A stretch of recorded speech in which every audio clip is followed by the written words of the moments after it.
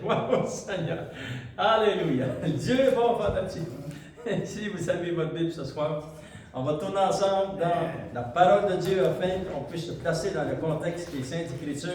Nous allons commencer cette série d'enseignements que nous découvrons ensemble des changements majeurs que le Seigneur a préparés d'avance et puis tout cela va s'accomplir lorsque le son de la trompette va sonner. Alléluia. Vous savez, le jour de l'enlèvement de l'Église va changer notre destinée à nous. Cela a déjà commencé, notre destinée a déjà changé, mais on va entrer dans une dimension, enfant de Dieu, que le Seigneur lui seul pouvait amener ces changements majeurs, qu'il a pensé, planifié d'avance. Gloire au Seigneur, alléluia. Et nous savons aussi que ça va changer aussi sur la Terre, sur la planète, mais nous, on veut se concentrer de ce qui va se passer lorsque le son de la trompette sonne pour les enfants de Dieu, et on rencontre le Seigneur dans les airs. Il est dit dans Jean chapitre 14, verset 1 jusqu'au verset 3, vous vous souvenez, le Seigneur Jésus avait dit que votre cœur ne se trouble point, croyez en Dieu, croyez en lui. Amen, alléluia. Parce que Jésus s'est assis à la droite de Dieu le Père, nous a préparé une place, et lorsque notre place sera prête, il viendra et nous prendra avec lui, et nous serons toujours avec lui. Et ça, c'est un miracle extraordinaire. Alléluia. Gloire au Seigneur. Nous avons vu, enfants de Dieu, juste pour faire un court résumé de tout ce que nous avons vu jusqu'à maintenant, nous avons vu que des changements majeurs ont été préparés par le Seigneur. Ces changements majeurs-là, c'est l'accomplissement final de la rédemption de notre corps. C'est la première chose qui va nous arriver, c'est que notre corps, lui aussi, a été racheté. C'est pas seulement notre âme, mais notre esprit, mais notre corps aussi. Et nous avons vu dans la parole de Dieu comment notre corps va être transformé. Alléluia, à ce corps céleste. Et ça, c'est très important. Ce corps céleste deviendra incorruptible, immortel et parfait. Amen. Alléluia. Avec ce corps céleste, tu te déplaceras à la vitesse de l'instant de Dieu. C'est la vitesse de l'esprit, c'est-à-dire c'est la vitesse où ça fonctionne dans le royaume de Dieu. Gloire au Seigneur. Le jour de l'enlèvement de l'Église est pour le diable le jour de sa plus grande perte, de son empire qu'il y avait sur la mort et sur l'être humain, parce que nous ressusciterons en nouveauté de vie avec le Seigneur, enfant de Dieu. Alléluia. Parce que ceux qui passeront à travers l'enlèvement de l'Église ne mouriront pas. Ce sont les vivants, ceux qui connaissent le Seigneur, comme il est dit dans la parole de Dieu. C'est nous, enfants de Dieu, qui croyons au Seigneur. Ça, c'est le premier grand changement majeur. Notre corps revêt l'incorruptibilité, l'immortalité et le parfait de Dieu. Nous avons vu le deuxième changement majeur que Jésus a préparé. C'est que Jésus descend sur la nuée. Il vient chercher sa fiancée et lui-même la fera entrer devant le trône de la gloire. Alléluia! Ça, c'est vraiment un miracle parce que nous savons, d'après la parole de Dieu, qu'aucun être humain ne peut monter où est le trône de Dieu. Il faut qu'il naisse de nouveau, voir le Seigneur, et ici, nous monterons à la rencontre du Seigneur. Alléluia. Et nous serons toujours avec le Seigneur. Ça dit dans la parole de Dieu. Ça, c'est vraiment un miracle extraordinaire. Nous avons vu pourquoi on rencontre le Seigneur dans les airs. Première raison pourquoi nous avons vu que nous allons le rencontrer dans les airs, c'est parce que Jésus descend. Il va quitter son trône, va sortir de cet endroit glorieux. Alléluia. Et il descend dans les airs. Et nous montons dans la rencontre du Seigneur, et tous ceux qui sont avec le Seigneur maintenant, lorsque le son de la trompette va sonner, ils vont descendre eux aussi, et eux aussi vont revêtir leur corps céleste, et ça se passe dans les airs. Nous avons vu, enfants de Dieu, cet endroit, c'est un endroit vraiment, vraiment important. Et c'est pour ça qu'on va rencontrer le Seigneur dans les airs. Et nous avons vu, enfants de Dieu, que Jésus revient à cet endroit, c'est pour anéantir les plans du diable, mais aussi son autorité. Et ça dit dans la parole de Dieu pour anéantir le diable. Fait que vraiment, c'est un plan puissant. Il y a seulement le Seigneur qui peut accomplir ça, enfant de Dieu. Gloire au Seigneur. La deuxième raison pourquoi on rencontre le Seigneur dans les airs, nous l'avons lu, c'est qu'il anéantira le diable lui-même. Gloire au Seigneur. Alléluia. C'est-à-dire, enfant de Dieu, j'aimerais rajouter ceci dans la deuxième raison pourquoi nous rencontrons le Seigneur dans les airs. Cela, lorsqu'on va rencontrer le Seigneur dans les airs, nous savons que nous allons avoir un corps céleste. C'est notre corps que nous avons va être revêtu de l'immortalité, l'incorruptibilité, le parfait, qui va de faire de nous un corps céleste. Alléluia. Et ce corps céleste, il y a des millions et des millions et des milliards de personnes qui se rencontrent à cet endroit avec le Seigneur. Alléluia. Et l'ennemi va voir tous ces humains qui essayaient de détruire, parce que son plan c'était de détruire, d'égorger et de tuer. Mais ces gens-là sont tous vivants. Et en plus avec un corps céleste. Le corps que Jésus avait après sa résurrection, c'est un corps céleste. C'est un corps semblable à celui-là que Jésus avait. Alléluia.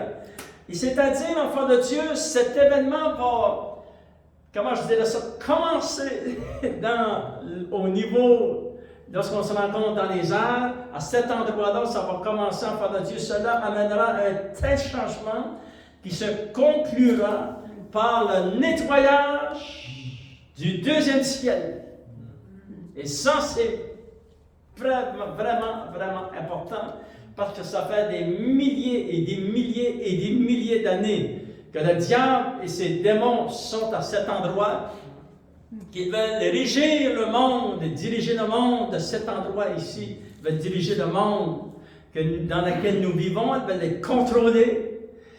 Et ils ont reçu cette position lorsqu'Adam et Ève ont tombé dans le péché. Ça fait des milliers d'années qu'ils sont. Mais maintenant, lorsque nous rencontrons le Seigneur dans les airs, il se déclenche, enfant de Dieu. Moi, je crois que c'est un événement qui va déclencher l'histoire de cet endroit parce qu'il va lui rester 3 ans et demi en cet endroit. Et ça va déclencher l'horloge, vraiment l'horloge de Dieu pour nettoyer complètement cet endroit, comme nous l'avons vu dans l'Apocalypse chapitre 12, verset 10, je crois, enfant de Dieu. On va lire ensemble. C'est très important qu'on le relise. Apocalypse chapitre 12, verset 10, il est dit, verset 7, ça dit, il y eut une guerre dans le ciel. C'est dans cet endroit-là qu'il y a eu une guerre. Et ça dit que mais ils ne furent pas les plus forts et leur place ne fut plus trouvée dans le ciel. Le diable et ses démons, il n'y a plus aucune trace d'eux dans cet endroit. Ça, c'est très important parce que ça va changer le deuxième ciel. Ça va changer sur ce qu'il y a sur la planète aussi. Nous savons qu'ils vont être précipités sur la planète. Parce que pendant les 3 dernières années et demie de leur tribulation, leur champ d'action va être ici sur la terre. Mais dans le ciel, il va y avoir un ménage. Il ne se trouvera plus aucune trace du diable et de ses démons. Alléluia! Et ça, c'est vraiment une bonne nouvelle pour la création. Ça dit, j'entendis dans le ciel une voix forte qui disait maintenant, le salut est arrivé, la puissance et le règne de notre Dieu et l'autorité de son Christ, car il a été précipité l'accusateur de nos frères, celui qui les accusait devant notre Dieu jour et nuit. Ils l'ont vaincu à cause du sang de l'agneau et à cause de la parole de leur témoignage. Ils n'ont pas aimé leur vie jusqu'à craindre la mort. C'est pourquoi réjouissez-vous les cieux et ceux qui habitent le ciel. Alléluia! Mais malheur à la terre, parce que le diable est descendu enragé vers cette planète. Mais nous savons que nous parlons de ce qui va se passer dans le deuxième ciel. Et il n'y aura plus aucune trace de trouver le diable et ses anges. Et cela, ça va être pour l'éternité. Alléluia! Gloire au Seigneur. Et ça, c'est très important parce que ça va amener la paix aussi sur la terre. Nous savons qu'il va y rester 3 ans et demi. Et vous savez, C'est pour ça que lorsqu'on monte à la rencontre du Seigneur, on rencontre le Seigneur dans les airs et nous savons qu'après 3 ans et demi, après l'enlèvement de l'Église, le diable va quitter cet endroit. Il faut qu'il quitte cet endroit. Il y a seulement 3 ans et demi qui va rester pour cet endroit-là où il vivait des milliers et des milliers d'années. C'est-à-dire, enfant de Dieu, que, imaginez-vous, dans l'éternité, 3 ans et demi, c'est presque rien. C'est juste des claquements de doigts. C'est comme l'horloge de Dieu qui a commencé, quelques claquements de doigts, et puis c'est terminé. Il doit quitter cet endroit pour l'éternité. Alléluia. Et c'est pour ça qu'il y a une guerre qui éclate. Et puis c'est pour ça qu'il va sortir au moment de notre rencontre avec le Seigneur. Cela déclenchera l'horloge de Dieu contre le diable et ses anges déchus qui sont dans cet endroit. Et il restera quelque temps. C'est très court. Vous savez que la parole de Dieu nous dit que lorsque, pour Dieu, un jour, ça peut être comme 1000 ans. Puis 1000 ans, ça peut être comme un jour. Mais ça veut dire, dans l'éternité, 3 ans et demi, c'est quelques secondes. Alléluia! Maintenant, enfant de Dieu, je voulais vous expliquer et puis qu'on puisse regarder ensemble la 3e raison pourquoi on se rencontre dans les airs avec le Seigneur. On va lire dans 1 Thessaloniciens, chapitre 4. Et ça, c'est vraiment important. 1 Thessaloniciens, chapitre 4, verset 15, jusqu'au verset 17.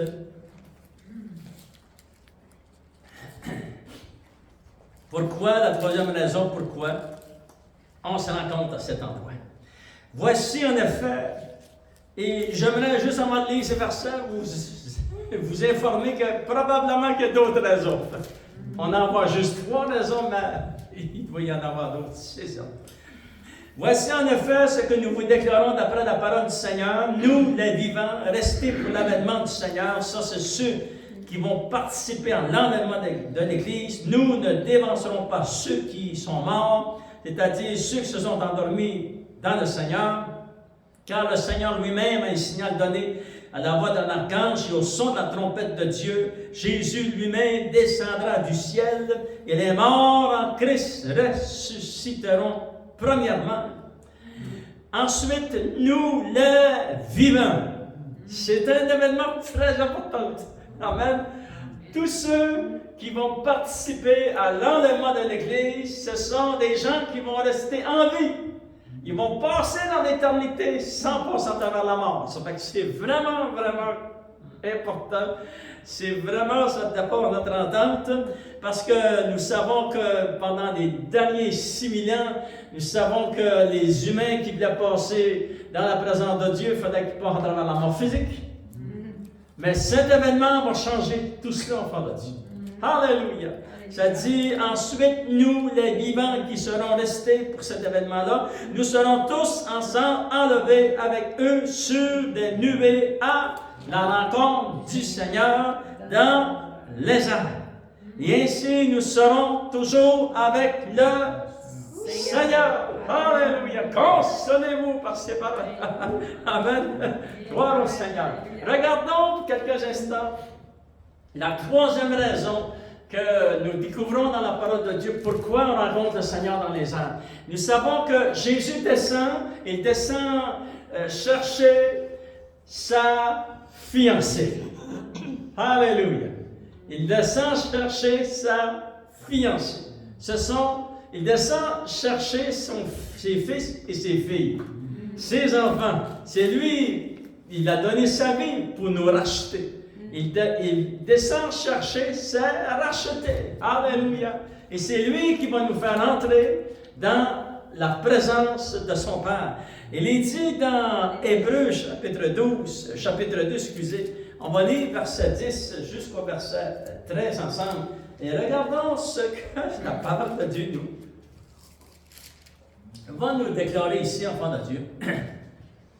Vous savez que le chapitre 2 décrit comment Jésus a été enlevé au ciel, c'est assis à la droite de Dieu le Père. Et le verset 9, ça dit, mais celui qui a été abaissé pour un peu de temps au-dessous des anges, ça c'est Jésus. Comme il est dit dans ce verset, c'est clair, c'est Jésus. Amen. Ça dit, nous le voyons couronné de gloire et d'honneur. Parce que c'est Dieu le Père qui l'a couronné de gloire et d'honneur. Parce qu'il avait donné sa vie pour les racheter. Verset 10, il est dit, il convenait en effet que celui pour qui et par qui sont toutes choses, c'est-à-dire en Jésus, et qui voulait conduire à la gloire beaucoup de fils et beaucoup de filles, Amen. Ça dit, éleva à la perfection par les souffrances le prince de leur salut, car celui qui sanctifie et ceux qui sont sanctifiés sont tous issus d'un seul. C'est pourquoi il n'a pas honte de les appeler frères ou de les appeler sœurs. Amen. Parce qu'il y a des hommes qui sont sauvés et il y a des femmes qui sont sauvées. Et là, il va dire, lorsqu'il dit, j'annoncerai ton nom à mes frères.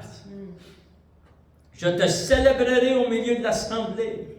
Et encore, je me confierai en toi. Et encore, regardez ce que le Seigneur va dire. Me voici, il dit ça à son Père, me voici, moi et les enfants que Dieu m'a donnés. Alléluia! Dieu le Père, et ces versets-là, ça va vraiment s'unifier avec les autres versets de la parole de Dieu. Vous savez que dans l'Apocalypse chapitre 5, lorsque ça dit, gardez votre doigt dans Hébreux chapitre 2, Apocalypse chapitre 5, verset 9, ça dit, et il chantait un cantique nouveau en disant, tu es digne de prendre le livre et d'en ouvrir les sceaux, car tu as été immolé, parlant de Jésus qui a été immolé, et tu as racheté pour Dieu. Jésus a racheté des humains pour son Père. Là, les hommes et les femmes qui sont nés de nouveau, qui ont été rachetés.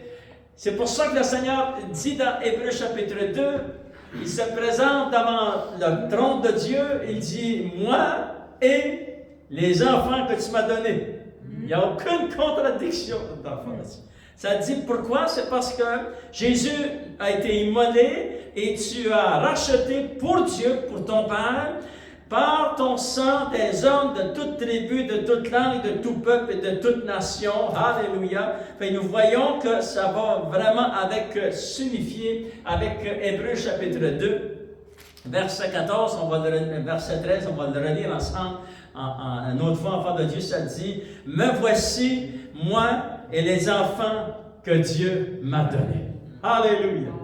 Me voici, c'est comme si le Seigneur se présente devant son Père, il dit, me voici, avec tous les enfants, tous les glorifiés, tous les rachetés, tous ceux qui ont revêtu un corps céleste. Les voici sont tous avec moi, c'est eux que j'avais rachetés. Qui se trouve à être, c'est comme si le Seigneur, c'est lui qui présente, c'est racheté devant le trône de Dieu. Alléluia! Il dit, me voici, Père, avec mes enfants, avec les enfants que tu m'as donnés. Et c'est vraiment tout cela qui est arrivé, enfant de Dieu. Il a donné sa vie, gloire au Seigneur, alléluia. Jésus, enfant de Dieu, c'était une mission qui s'était donnée. Il avait dit ceci dans Jean chapitre 14, verset 3. Il dit, je reviendrai et je vous prendrai avec moi, afin que là où je suis, vous y soyez aussi.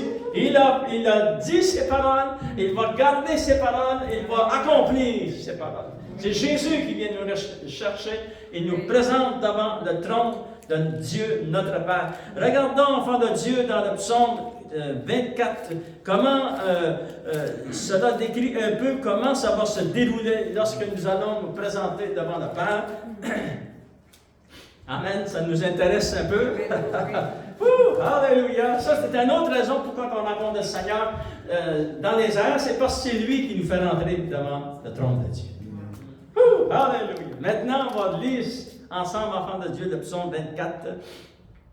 Vous savez, le psaume 24, vraiment bien placé, juste en bonne place, dans les psaumes. Il y a le psaume 22 qui décrit la crucifixion. Le psaume 23 qui décrit que l'Éternel est notre berger.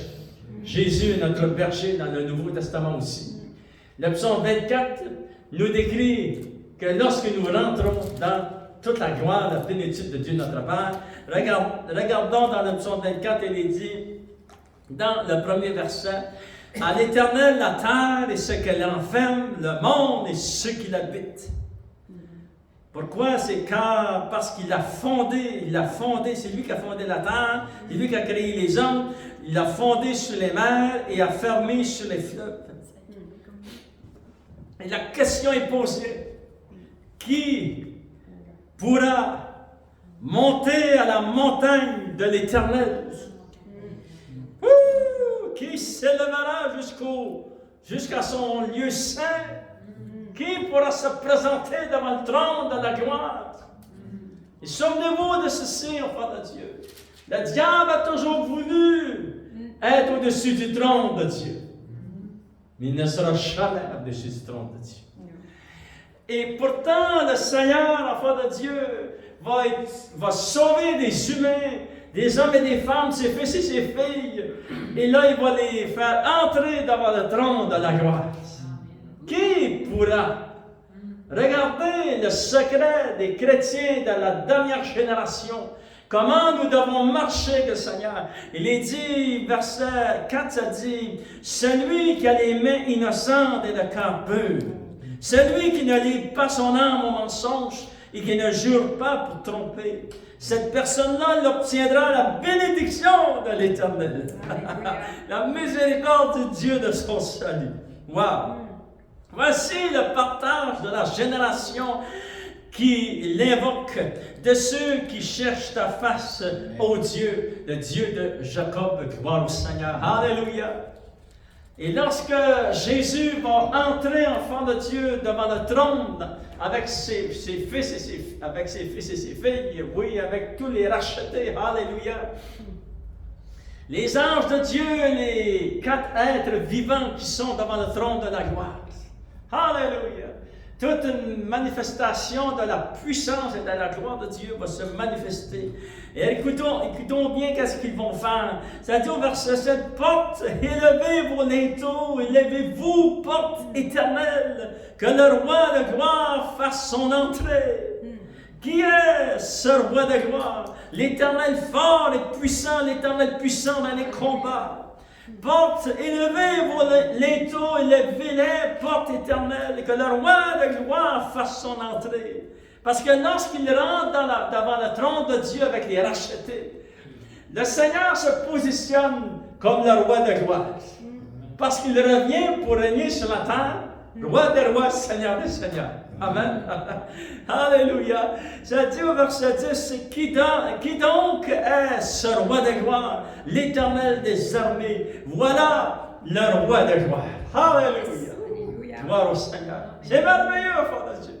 Et moi, je crois, enfant de Dieu, que nous allons vivre, enfant de Dieu, vraiment cette puissance d'entrer et puis d'être accompagné du Fils de Dieu dans l'Apocalypse chapitre 4 et chapitre 5. Vous savez que Apocalypse chapitre 1 va décrire l'introduction vraiment du livre de l'Apocalypse, mais le Seigneur va vraiment l'expliquer en 3 parties. Et puis, ça décrit aussi Jésus comme revêtu de son corps de sacerdoce royal. C'est lui le souverain sacrificateur. Alléluia. Et il a racheté par son sang des millions et des millions et des millions de personnes, enfants de Dieu, afin qu'eux deviennent ses rachetés. Et qu'avec eux, il va bâtir, il va, enfant de Dieu, construire cette Église. Cette Église va devenir la fiancée, et cette fiancée va devenir la future épouse. Seigneur, alléluia, gloire au Seigneur. Fait qu'on va voir, ce sont des changements majeurs. Apocalypse chapitre 2, chapitre 3 explique toute l'histoire de l'Église terrestre. Et Apocalypse chapitre 4, ça décrit l'enlèvement de l'Église. L'Église qui monte au ciel. Regardez, enfant de Dieu, l'Apocalypse chapitre 4, verset 1, ça dit, « Après cela, je regardais, et voici une porte était ouverte dans le ciel. Et la première voix que j'avais entendue comme le son de trompette et qui me parlait dit « Monte ici, je te ferai voir ce qui doit arriver dans la suite. » Et nous savons que cela a rapport avec l'enlèvement de l'Église. Jean a été enlevé au ciel et c'est ici que l'enlèvement a lieu, enfant de Dieu, dans le chapitre 4. Et le chapitre 5, c'est là aussi que nous sommes devant le trône de la gloire. Alléluia, du roi des rois, le Seigneur des seigneurs.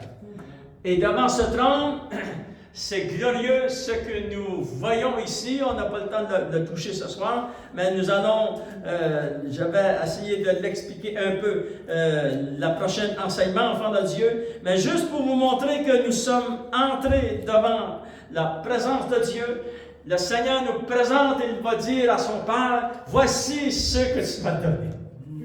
Allez, mes fils et mes filles, voici les rachetés qui sont tous remplis de la gloire de Dieu, alléluia, avec un corps céleste. Maintenant, nous sommes devant le trône de la gloire, enfants de Dieu. Et regardez dans Osée, parce que je veux vous montrer ça, enfants de Dieu, parce qu'un jour, nous allons dire ces paroles, et nous, l'Église du Seigneur Jésus, nous devons être prêts, et nous allons être prêts, c'est certain, mais nous voulons voir d'avance les paroles que nous dirons devant le trône de Dieu. Osée chapitre 2, verset 18, il est dit ceci. C'est vraiment des paroles puissantes, vous pourrez le souligner dans votre Bible. Osée, c'est dans l'Ancien Testament. Chapitre 2, verset 18, ça dit « En ce jour-là », c'est-à-dire il y a un jour que tu vas dire cela. « En ce jour-là, dit l'Éternel, tu m'appelleras mon mari et tu ne m'appelleras plus mon maître. » C'est bon ça, amen. Écoutez bien, là, on s'en va vers les noces de l'agneau. On a été enlevés, on a été rachetés. Le Seigneur a bâti son Église, il est devenu sa fiancée. Alléluia. Par ce jour-là, aux noces de l'agneau, ça dit dans la parole de Dieu, c'est pas encore les noces de l'agneau, mais nous allons le voir dans les prochains enseignements. Au jour des noces de l'agneau, en ce jour-là, on va dire, tu es mon mari. Et là, enfant de Dieu, verset 21, ça dit, je serai ton fiancé pour toujours, je serai ton fiancé par la justice, la droiture, la grâce et la miséricorde. Je serai ton fiancé par la fidélité et tu reconnaîtras l'Éternel. En ce jour-là, j'exaucerai, et dit l'Éternel, j'exaucerai les cieux et ils exauceront la terre. Ça, ce sont des changements majeurs qui s'en viennent que jamais j'avais pensé. Moi, je n'ai pas planifié ça. Mais c'est le Seigneur Jésus qui a planifié ça pour son Église. Amen. Alléluia. Mais j'aimerais, enfant de Dieu, que nous puissions retourner dans l'Apocalypse chapitre 4. Parce que lorsque nous entrons devant le trône de Dieu, Jésus nous présente à son Père et dit, voici mes rachetés, alléluia. Et il y a vraiment une atmosphère de gloire, de puissance, vraiment de la lumière et de la gloire de Dieu qui éclate à cet endroit-là.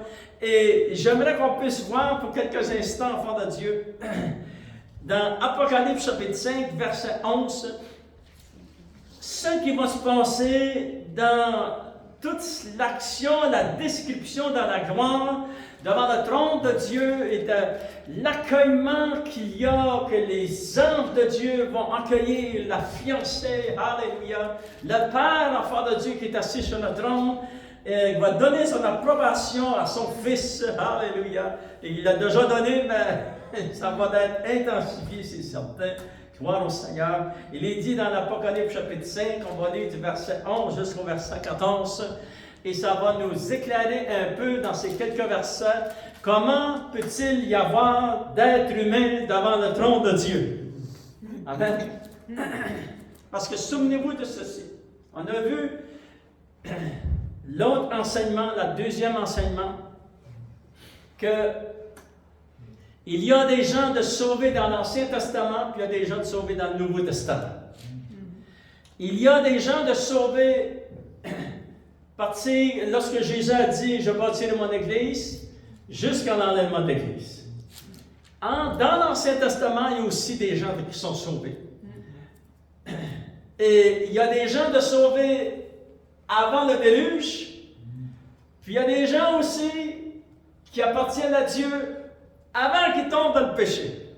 Ce sont tous des saints, et puis comment peut-il y avoir de personnes devant le trône de Dieu? Ça nous intéresse parce qu'on ne peut pas être tout seul au ciel. Amen.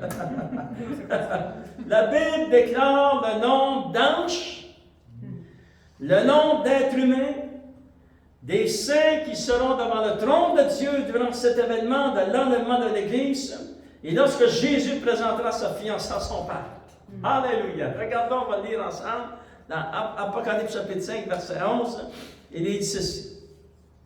Je regardais et j'entendis la voix de beaucoup d'anges autour du trône et des êtres vivants et des vieillards, et leur nombre était de myriades, de myriades et de milliers, de milliers. Qu'est-ce qu'ils disaient? Ça, ce sont toutes les catégories d'anges, les 4 êtres vivants et tous les humains qui sont devant le trône de Dieu. Et on fait partie de cela, enfant de Dieu. Qu'est-ce qu'on va dire? Regardez au verset 12. Il disait d'une voix forte, l'agneau qui a été immolé est digne de recevoir la puissance, la richesse, la sagesse, la force, l'honneur, la gloire et la louange. Alléluia. Alléluia. Fait qu'apprenez ce verset-là par cœur, vous allez le dire. Dans le trône de Dieu. Amen. Regardez au verset 13, enfants de Dieu. Et toutes les créatures qui sont dans le ciel. On s'était posé la question, est-ce qu'il y a d'autres choses dans le ciel? Mais ici, ça dit toutes les créatures qui sont dans le ciel. Toutes les créatures qui sont sur la terre, sur la mer, et tout ce qui s'y trouve, je les entendis qui disaient quoi? Qu'est-ce qu'ils ont dit, cette créature? Ça, c'est pas les humains, c'est pas les anges. C'est une autre catégorie. La création de Dieu. Qu'est-ce qu'ils ont dit, eux, à celui qui est assis sur le trône et à l'agneau, c'est-à-dire le Père et le Fils, soit l'honneur, la louange, la gloire, la force au siècle des siècles. Alléluia. Et les 4 êtres vivants disaient Amen. Et les vieillards se prosternèrent et adorèrent. Oh, gloire au Seigneur. Maintenant, oh de Dieu, juste pour vous placer dans le contexte, comment y a-t-il, il n'y a pas de chiffre pour décrire le nombre d'êtres humains qu'il y a, le nombre d'anges, les 4 êtres vivants. Les 4 êtres vivants, vous les trouvez aussi dans l'Apocalypse chapitre 4 versets, partie du verset 6 jusqu'au verset 9. Ce sont ces êtres vivants, ces séraphins qui étaient là dans l'Ancien Testament, c'est eux qui créent Saint, Saint, Saint. C'est des catégories d'anges puissants, enfants de Dieu, qui sont devant le trône de Dieu. Mais il y a beaucoup de catégories d'anges que Dieu a créées. Mais eux, ils sont vraiment spéciaux, ils sont toujours devant le trône de Dieu. Fait que, juste pour nous expliquer un peu qu'est-ce que c'est ces 4 êtres vivants, les 24 vieillards, qu'est-ce que c'est ces 24 vieillards? Ce sont les saints de l'Ancien Testament et les saints du Nouveau Testament. Alléluia! Pourquoi les saints de l'Ancien, c'est ce qui représente les 12 tribus d'Israël, et les saints du Nouveau Testament qui représentent les 12 apôtres? Fait que les saints de l'Ancien et les saints du Nouveau Testament représentent les vieillards enfants de Dieu. Et je vais vous lire cela dans la parole vivante. Amen. Alléluia. Et il dit ceci. Puis dans ma vision, j'entendis le chant d'innombrables légions d'anges rassemblés autour du trône et des êtres vivants. Ça fait qu'il y avait des anges, d'innombrables anges et les êtres vivants. Et j'entendis des vieillards, ils se comptaient par myriades de myriades et par milliers de milliers. Fait que vous ne serez pas seul au ciel. Il y a beaucoup de monde, il y a beaucoup d'anges, l'enfant de Dieu. C'est par myriades et milliers de milliers. Et là, j'ai essayé de trouver quelle sorte de chiffre ça pourrait être? La signification des légions d'anges, c'est-à-dire, c'est innombrable, c'est incalculable, c'est infini. Les humains, c'est infini, c'est incalculable. Milliards de milliards, milliers de milliers, il n'y a pas de chiffre sur nos tablettes pour expliquer tout ça. Le nombre d'êtres humains et d'anges. Et eux, ils disaient, enfants de Dieu, ils chantaient, l'agneau qui a été immolé est digne de recevoir la puissance, la richesse, la force, l'honneur, la gloire et la louange. Et l'autre catégorie au verset 13, ce sont tous ceux que Dieu a créés, qui sont dans le ciel, sur la terre, et sous la terre, et sur la mer. Alléluia. Et tout ce que Dieu a créé dans le ciel, et sur la terre, sous la terre, et dans la mer, et tous les êtres qui peuplent l'univers. Wow, c'est grand la création de Dieu. Je les entendis qui disaient, ils ont écrit à eux aussi. Nous serons là, enfants de Dieu, nous allons voir en action toute la puissance de Dieu. Et ça dit, celui qui siège sur le trône, c'est-à-dire à Dieu le Père et à l'agneau. Amen. Il y a et à l'agneau. Le Père et le Fils. Qu'est-ce qu'ils vont dire? Ça dit, soit la louange, l'honneur, la gloire et la force au siècle des siècles. Et lorsque tous les humains et toutes les catégories d'anges, c'est-à-dire les 4 êtres vivants, répondaient Amen. Et puis les vieillards, ça ce sont tous les saints dans l'Ancien et tous les saints dans le Nouveau Testament, ça dit, ils se sont prosternés, ils ont adoré le Père et le Fils. Alléluia! Quelle raison merveilleuse que Jésus revient chercher son Église. Il avait raison de venir chercher enfant de Dieu. C'est lui-même qui nous présentera devant son Père. Voici mon Père. Il a racheté tous ceux que tu m'as donnés. Parce que ça va aussi avec le Nouveau Testament. Nous avons été attirés au Père, au Fils, excusez. Le Père nous a attirés à son Fils. Et son Fils a donné sa vie. Et le Saint-Esprit nous a convaincus de justice, de péché et de jugement. Toutes les trois ensemble. Dieu le Père, Dieu le Fils et Dieu le Saint-Esprit ont travaillé pour notre rachat. Et nous lui donnons l'honneur, la gloire et la puissance. Alléluia. Et nous serons toujours avec lui. Il est dit dans la parole de Dieu. Lèvons-nous sur le ensemble, enfants de Dieu. Alléluia. Et on remercie Seigneur. Wow, quelle merveille que Dieu a préparé pour nous. Ce sont des changements majeurs. Ça va changer notre destinée, changer la destinée de l'univers, du ciel. Alléluia. Et changer la destinée de cette planète qui a grandement besoin. Seigneur, on te remercie, Seigneur, pour la parole de Dieu. On est excités, Seigneur. Merci infiniment de tous ces changements que nous apprenons, Seigneur, à travers les Saintes Écritures. On est vraiment excités, Seigneur, mon Dieu, de t'appartenir. On te demande de bénir la parole de Dieu dans nos cœurs. Nous voulons la méditer, réfléchir, méditer sur tout ce que nous apprenons dans les Saintes Écritures afin que ça entre en nous, Seigneur, mon Dieu, que ça nous fortifie. Alléluia. Et que ça nous donne des révélations fraîches de la parole de Dieu. Bénis ton peuple et au nom de Jésus, nous t'avons prié. Et tout le peuple de Dieu dit Amen. À lui soit la gloire. Dieu bénisse la part de Dieu. Allez dans la paix et la joie de votre maître. Gloire au Seigneur. Amen.